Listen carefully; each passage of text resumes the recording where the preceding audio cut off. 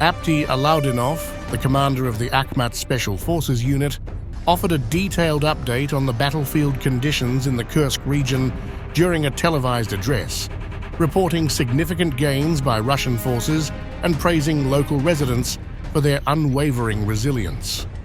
As fighting intensifies near Russia's western borders, Alaudinov highlighted the progress made on multiple fronts while calling for unity and divine support. Alaudinov's report comes as military tensions in the region escalate, with the Kursk area becoming a focal point for both defensive and offensive operations amid increasing cross-border attacks from Ukraine. Alaudinov began by addressing the situation in the Chechnya direction, a region that has seen intermittent shelling and small-scale skirmishes. He emphasized that while there were no dramatic changes along the line of contact, Russian forces managed to neutralize several key Ukrainian assets.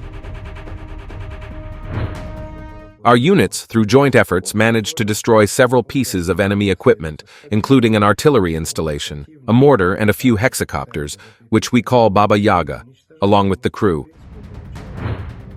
Alaudinov commended the soldiers for their precision and effectiveness in the field, calling their performance exemplary in defending Russian territory. Our guys did a great job today, well done. The enemy is trying to dig in somewhere, but wherever we find them, we destroy them. However, Alaudinov acknowledged the complexity of maintaining such momentum, underscoring that while the enemy had been repelled, it would take time to completely clear the region of opposition forces. Of course, we can't say that the enemy has been fully eliminated and the territory cleared yet.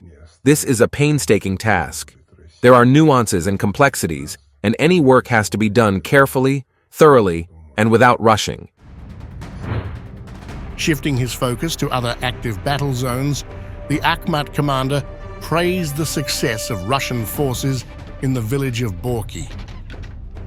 Alaudinov credited the 810th Brigade and the Arbat unit for completely clearing the village and restoring control over this strategically important area. He noted that Ukrainian forces had made a push into Vesyoloye the previous day, but were swiftly halted. The enemy was stopped there, and today, throughout the day, we systematically destroyed them, Alaudinov said. However, he cautioned that the job is far from over, adding that there are still many complexities that need to be addressed to minimize our losses. This measured approach, according to Alaudinov, is crucial to securing lasting stability in the region. He called for patience, urging supporters to recognize that while Russian forces maintain the initiative, securing the border area requires a methodical, step-by-step strategy. In the latter part of his address, Alaudinov took the opportunity to introduce two key figures: Roman Vladimirovich, Russia's Minister of Transport, and Alexei Borisovich, the recently elected governor of the Kursk region. Both officials, according to Alaudinov, had made significant contributions to ensuring the region's defense against ongoing incursions. I've been here for a month now, and during all this time I've heard many different opinions. But I know one thing. There are people who truly do everything to ensure that Russia remains whole, great, and powerful.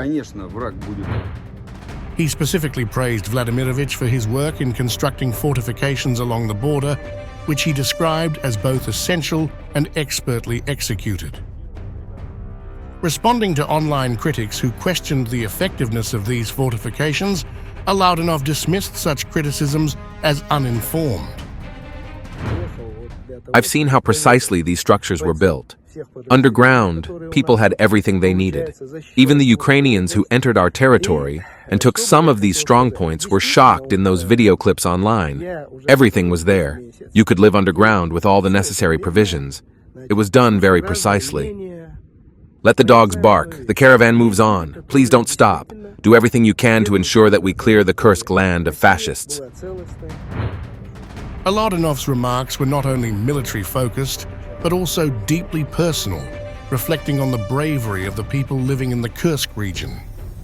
He lauded the residents as truly heroic, emphasizing the sacrifices made by families caught in the crossfire of the ongoing conflict. The people of Russia, particularly in the Kursk and Belgorod regions, are truly heroic. Women, the elderly, children, and men, all living in these areas, are truly heroic people. To stand strong with such dignity and courage in these conditions is something not everyone could do. Alaudinov extended his gratitude to the builders, military personnel, and everyday citizens working together to secure and restore the region. Of course, the enemy will be destroyed, our land will be liberated, and we will return to peaceful life, to creative work, he affirmed. Drawing parallels to the post-war recovery of Chechnya, Alaudinov reassured that despite the destruction, the Kursk region would eventually emerge stronger and more prosperous. He invoked the example of Chechnya's remarkable transformation from a war-torn region to a symbol of resilience and prosperity under Russian control. There was a time when Chechnya was destroyed. We didn't have a single intact house, and we wondered when we'd be able to live like people again. But now, look at Chechnya. It's so beautiful that some people are amazed there was ever a war here. He expressed confidence that the Kursk region would undergo a similar transformation. The Kursk region will be even more beautiful than it was. Everything will be restored to an even better state than before.